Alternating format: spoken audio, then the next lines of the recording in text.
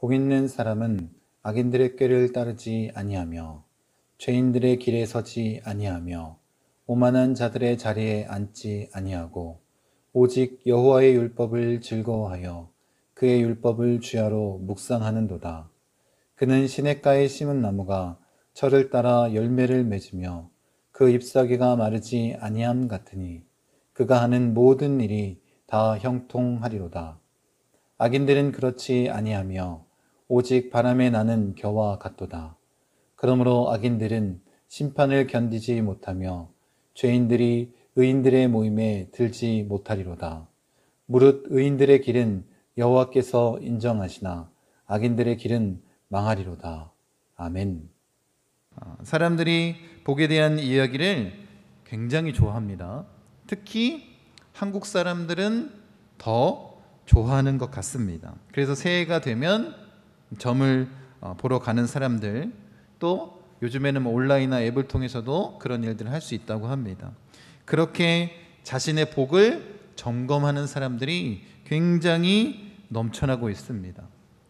종교인들 가운데 이 무속인과 점집을 하는 이 역술인들의 수가 가장 많은데 한 80만 명 정도 된다고 합니다. 그리고 한 뉴스를 보니까 그 운세 시장의 규모가 영화 산업의 한 2배 정도 된다고 그래요. 한 4조 원 가까이 된다라고 이야기를 합니다.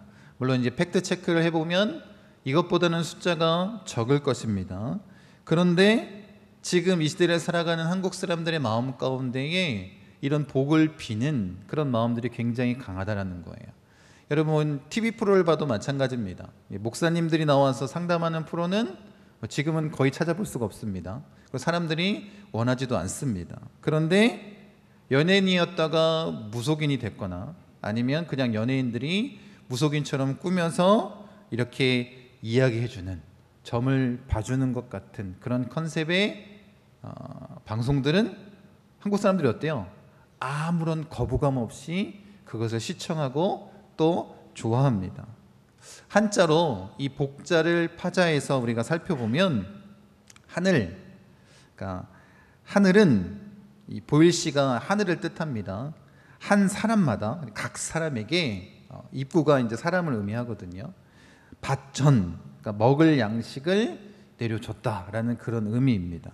그래서 사람들이 그렇게 자신들의 밭을 찾기 위해 노력하는 것 같습니다. 점을 보러 다니고 또 더 큰 밭, 더 큰 물질, 잘 되기 위해서, 잘 먹고 잘 살기 위해서 이 점집을 찾아 운세를 점쳐보는 것 같습니다.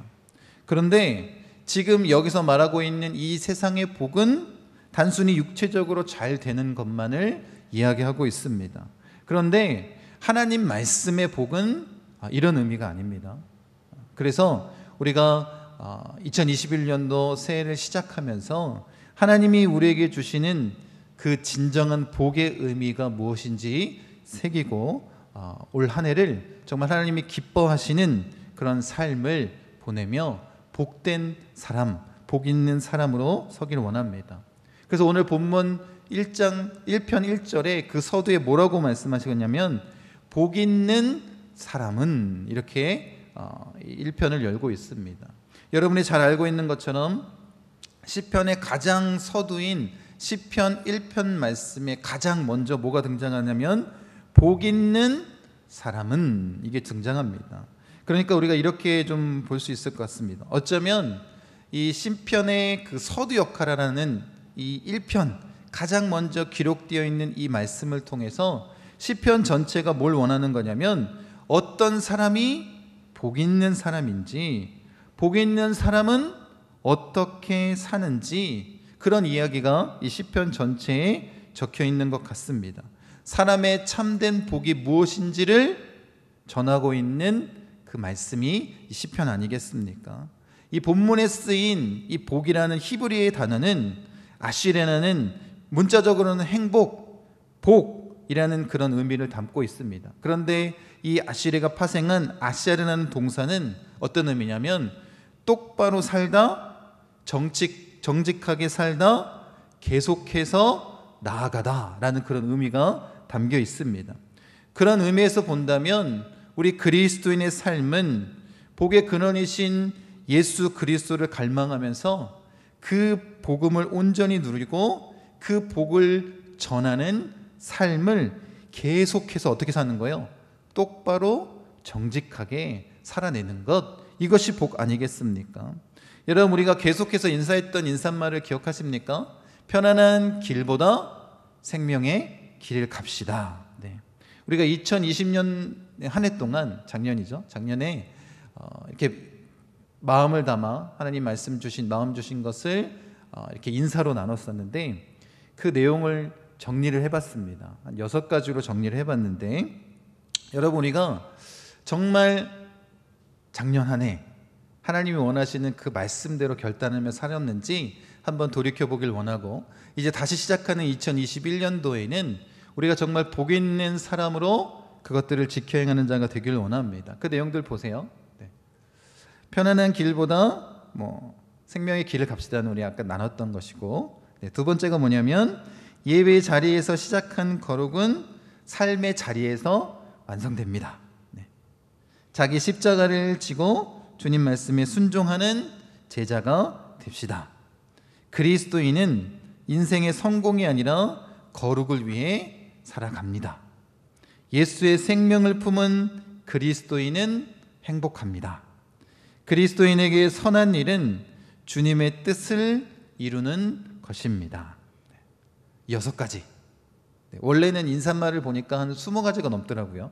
근데 그 중에서 몇 가지를 추렸습니다. 가장 우리가 많이 나누었던 인사말들. 네. 여러분 어떻습니까? 정말 2020년도 이 말씀을 지키며 사셨습니까? 그렇게 계속해서 복 있는 자로 그리스도인으로 주님과 함께 발맞춰 사셨습니까?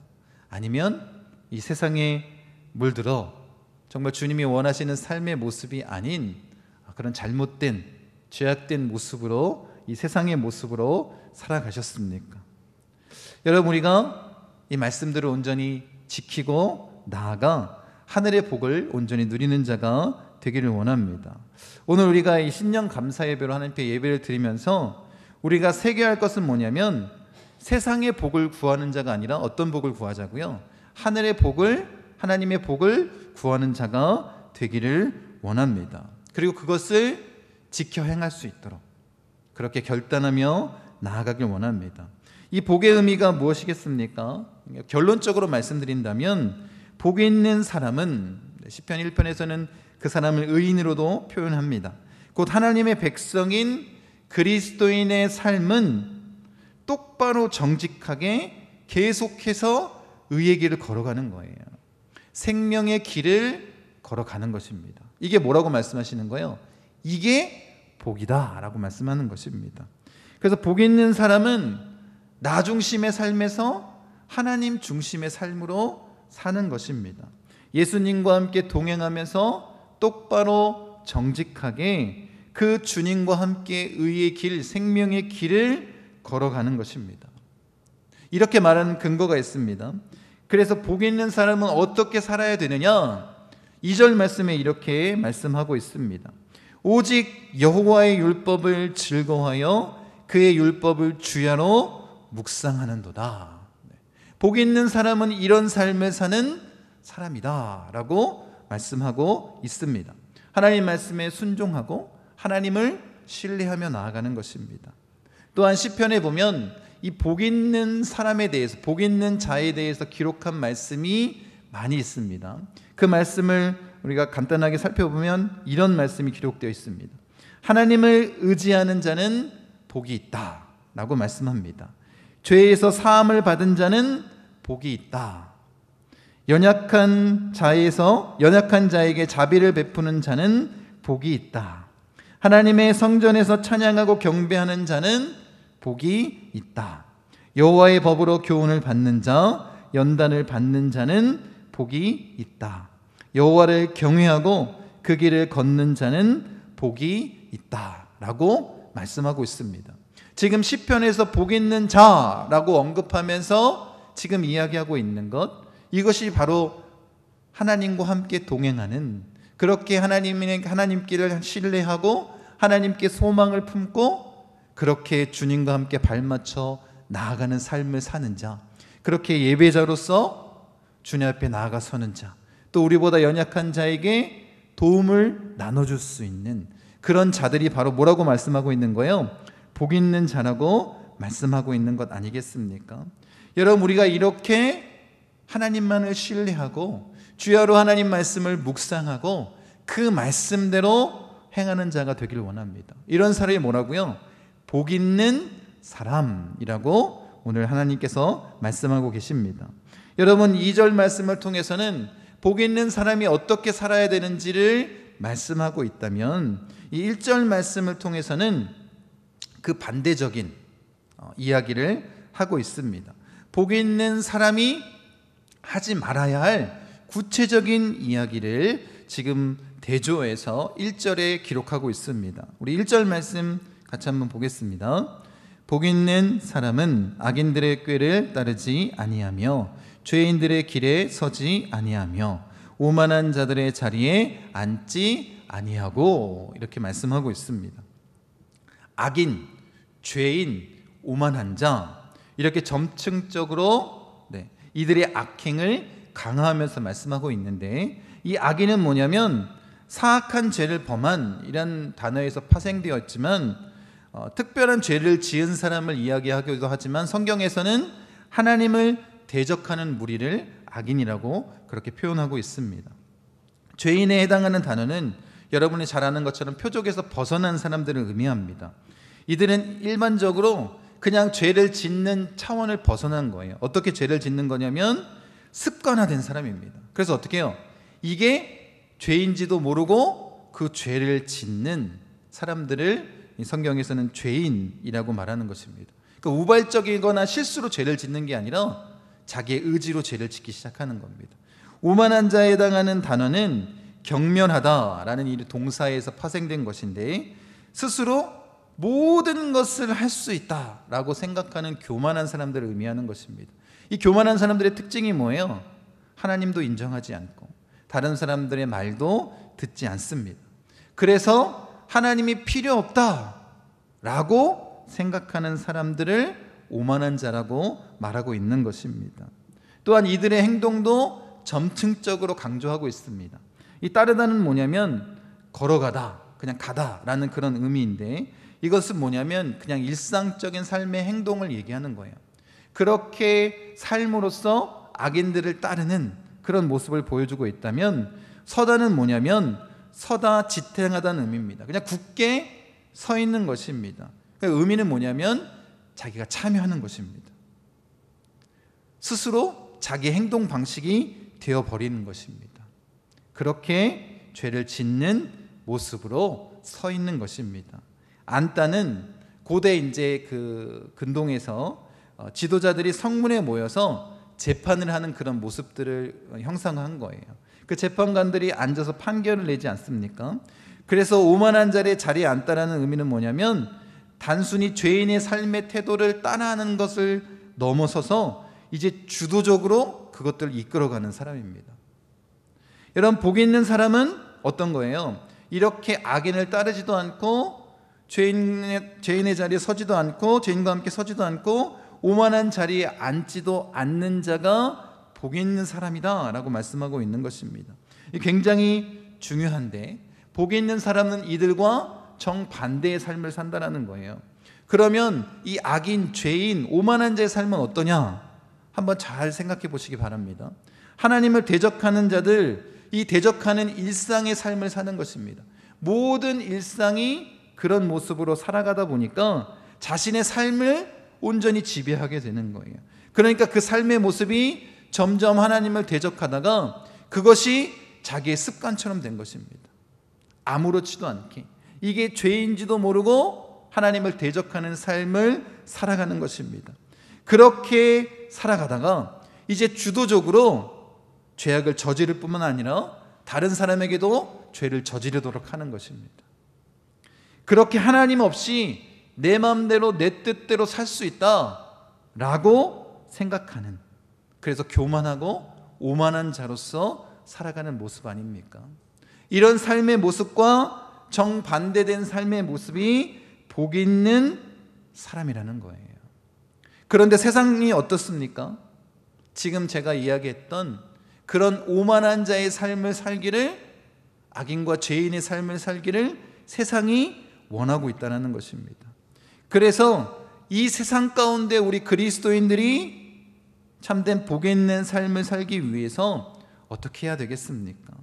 우리가 이 악인들, 죄인들, 이 오만한 자들을 따르지도 서지도 않아야 하는 삶을 살아야 되지 않겠습니까? 그러함에도 불구하고, 우리가 잘 알고 있음에도 불구하고 세상의 유혹이 굉장히 집요하다라는 거예요. 세상을 뭘 원하냐면 너희도 우리와 같이 동화되기를 원하는 거예요. 악인과 죄인과 오만한 자가 되기를 원합니다. 그래서 이 세상에서 그리스도인으로 살아가는 것이 결코 쉽지 않습니다. 그 대표적인 예를 우리가 성경에서 찾아볼 수 있는데, 다니엘과 세 친구가 바벨론의 포로로 끌려갔습니다. 포로로 끌려가서 한 일이 뭐냐면, 어린 나이에 그렇게 적국으로 끌려갔다고 한번 생각해 보십시오. 얼마나 두렵겠습니까? 그런데 그들을 데려다가 매우 과분한 호의를 베풉니다. 포로들에게 갈대아 사람의 언어를, 학문을 가르쳐주고 왕이 먹는 음식과 포도주를 나눠줍니다. 굉장한 호의를 베풀어 줍니다. 그렇게 3년 동안 자라게 합니다. 그리고 나서 그들이 원했던 것이 무엇이냐면 이것 하나로 볼 수 있는데, 다니엘과 세 친구의 이름을 바꿔버립니다. 어떻게 바꾸냐면, 이 다니엘의 그 이름의 뜻이 뭐냐면 하나님은 나의 심판자라는 뜻입니다. 그런데 바벨론 이름이 뭐냐면 벨드사살입니다. 벨이여 나의 생명을 보호하소서, 이런 의미입니다.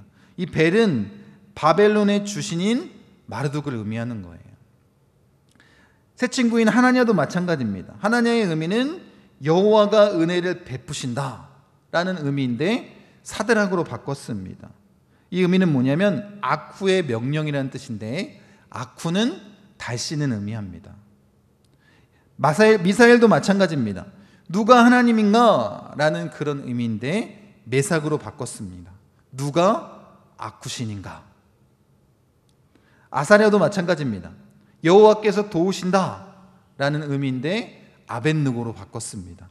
느고 혹은 느보의 종이라는 뜻입니다. 느보는 누구냐면 마르둑의 아들 신입니다. 그러니까 지금 아주 분명하게 이들의 의도가 드러나는 거예요. 과한 호의를 베풀지 않습니까? 세상에 가장 좋은 것을 경험하게 하지 않습니까? 그리고 원하는 게 뭐예요? 하나님을 믿는 백성의 정체성을 흔들어 버리는 거예요. 그리고 어떻게 해요? 바벨론, 세상의 신을 섬기는 자로 세우려고 하는 것이 이 세상의 의도 아니겠습니까? 여러분, 우리가 그리스도인으로 살아가려고 할 때 이런 바벨론의 정책처럼 이 세상의 좋은 것들, 육신의 소욕으로 채우게 하는 것 아닙니까? 그런 문화들로 우리의 정체성을 흔들어 버립니다. 이미 벌써 인터넷이나 지금 개인 방송 여러 가지 매체들을 통해서 젊은 세대뿐만 아니라 중장년까지 다 이 유혹에 빠져나오지 못하도록 해집어 놨습니다. 그게 지금 이 시대 아니겠습니까? 아주 떨치기 어려운 매력으로 다가오고 있습니다. 하나님 말씀의 가치관과 전혀 다른데 그 바벨론, 이 세상의 가치관으로 점점 흡수되고 변화되게 만듭니다. 여러분, 그렇게 세상으로 움직이게 만들어버리는 것 아닙니까? 그렇게 나도 모르게 그냥 일상처럼 젖어들다가 의지를 가지고 죄를 짓게 되고, 이게 죄인지도 모르고 그렇게 나아가다가 결국엔 어떻게 되는 거예요? 오만한 자리에 앉게 돼서 하나님은 없다 라고 얘기하게 되는 것입니다. 세상을 즐겨라, 세상 방식대로 잘 먹고 잘 사는 게 최고야 라고 말하는 것 아닙니까? 세상 사람들이 그렇게 복을 갈망하는 것처럼. 그래서 우리에게 중요한 것은 무엇이냐면 우리가 복 있는 자라는 것을 깨닫는 거예요. 그 복은 하나님이 우리에게 주신 복 아니겠습니까? 우리는 예수 그리스도를 믿음으로 말미암아 복 있는 자가 된 거예요. 그럼 이 복 있는 자의 삶은 뭐예요? 말씀을 주야로 묵상하고 그 말씀대로 사는 것 아닙니까? 사시사천, 시냇가에 심은 나무처럼 시들지 않고 열매를 맺는 그 매 순간 매 삶이 형통의 축복으로 채워지는 복 있는 자다라고 말씀하는 것 아닙니까? 여러분, 그래서 우리도 결단하며 나아가야 되는 거예요. 이 바벨론 세상에 하나님 말씀을 지키기 위해서 다니엘과 세 친구는 아주 단호하게 결단하지 않습니까? 왕의 음식을 거절합니다. 여러분, 우리도 이런 이 세상의 것을 단호하게 거절할 수 있는 그런 결단의 마음이 필요합니다. 그걸 주님이 원하시는 것 아닙니까? 뿐만 아니라 다니엘서를 통해서 보면 다니엘의 주권, 그리고 그 시대를 이끌어가는 주권은 하나님께 있음을 계속해서 보여주고 있습니다. 여러분, 우리도 이 모든 주권을 전적으로 하나님께 내어 맡긴 삶을 살아야 되는 거예요. 그래서 제가 계속해서 말씀드렸지만 나 중심의 삶에서 하나님 중심으로 바꿔야 우리에게 복이 임하는 것이고, 그것이 그리스도인의 삶의 출발점이 되는 것입니다. 아직도 교회 나오고 있지만 내 마음대로 내 뜻대로 나 중심의 삶을 살아간다면 그건 세상에 사는 사람들과 전혀 다를 바가 없습니다. 우리의 모든 주도권을 하나님께 드려야 되는 것 아닙니까? 그래서 어떻게 해요? 죽음의 위협 가운데에도 왕이 아닌 하나님께만 경배하며 나아가지 않습니까? 그렇게 주권을 인정해 드립니다. 변함없이 하나님만 붙잡고 기도하고 하나님 앞에 나아가 서지 않습니까? 그래서 하나님께서 다니엘을 세워주신 거예요. 나라가 바뀌고 왕이 5번이 바뀌었는데도 총리직을 이끌어가게 하셨습니다. 뿐만 아니라 사자굴에서도 주님이 구원해 주시지 않습니까?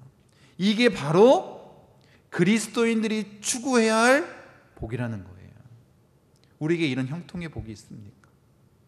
세상의 것을 단호하게 거절하고 하나님 중심의 삶을 살아감으로 말미암아 나의 모든 삶이 형통하게 채워지는 그 복, 그것이 바로 하나님이 원하시는 복 있는 사람, 그리스도인의 모습입니다.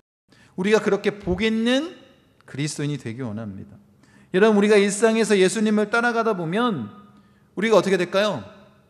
이 나 중심의 삶에서 하나님 중심으로 변화되면서 습관적으로 그 생명의 길을 걷게 되는 거예요. 지금 악인, 죄인, 오만한 자가 겪었던 그 비슷한 패턴으로 바뀌는 겁니다. 우리의 일상이 그렇게 하나님 말씀대로 살아가다 보면 이제는 어떻게 될까요? 내가 의도하지 않아도 습관적으로 예수님을 닮은 그 삶의 패턴들이 나오기 시작하는 거예요. 그러면 어떻게 될까요? 이제 주도적으로 복음을 경험한 자로서, 복음을 전하는 그런 주님의 사명자로서, 예수 그리스도의 참 제자로서 그렇게 주님과 함께 나아가지 않겠습니까? 그걸 하나님이 원하시는 거예요. 그리고 오늘 시편 말씀엔 그런 그리스도인을 복 있는 사람이라고 말하는 거예요. 여러분들이 추구하는 복은 무엇입니까? 여러분, 우리가 2021년도에는 진짜 하나님의 복이 무엇인지를 온전히 깨닫고 그것을 이루며 나아가길 원합니다. 여러분, 아직도 세상은 강력하게 자신들이 이겼다라고 얘기합니다. 악인들과 죄인과 오만한 자들의 세상이라고 말합니다. 그런데 하나님께서 뭐라고 말씀하시는지가 중요하지 않습니까? 말씀 한번 같이 보겠습니다. 시편 1편 3절부터 6절까지 함께 읽겠습니다. 그는 시냇가에 심은 나무가 철을 따라 열매를 맺으며 그 잎사귀가 마르지 아니함 같으니 그가 하는 모든 일이 다 형통하리로다. 악인들은 그렇지 아니하며 오직 바람에 나는 겨와 같도다. 그러므로 악인들은 심판을 견디지 못하며 죄인들이 의인들의 모임에 들지 못하리로다. 무릇 의인들의 길은 여호와께서 인정하시나 악인들의 길은 망하리로다. 아멘. 뭐라고 말씀하세요? 분명하게. 지금 세상 사람들은, 세상에 있는 악인들, 죄인들, 오만한 자들은 자신이 승리했다라고 말하고 있지만 하나님은 분명하게 어떻게 해요? 악인들은 멸망의 길을 가고 있다라고 말씀하고 있습니다. 의인들의 모임에 들지 못한다라고 말씀하고 있습니다. 그러나 의인들, 복 있는 자들, 하나님 중심의 삶으로 우리가 그것을 끝까지 지켜내고자 결단하며 나아가는 자들, 그들의 삶을 인정하신다라고 말씀하십니다. 그런 자들의 삶을 형통하게 만드시는 것 아닙니까? 사시사철 잎사귀가 마르지 않도록 열매를 맺을 수 있도록 그런 형통의 복이 우리에게 임할 줄 믿습니다. 여러분, 결단하십시오. 멸망하는 자들의 길을 따라가시겠습니까? 아니면 영원한 생명의 길을 따라가시겠습니까? 그것이 바로 복 있는 그런 삶 아니겠습니까? 우리가 복 있는 사람이라는 것은 여러분, 우리가 예수님의 사람이라는 뜻입니다. 예수님께 붙잡힌 자들이라는 거예요. 그래서 이미 우리가 예수 그리스도를 믿고 구원받은 자라면 우리는 어떤 사람이요? 복 있는 사람입니다. 이제 우리가 해야 될 일은 그 복을 나눠주는 삶을 사는 것 아니겠습니까?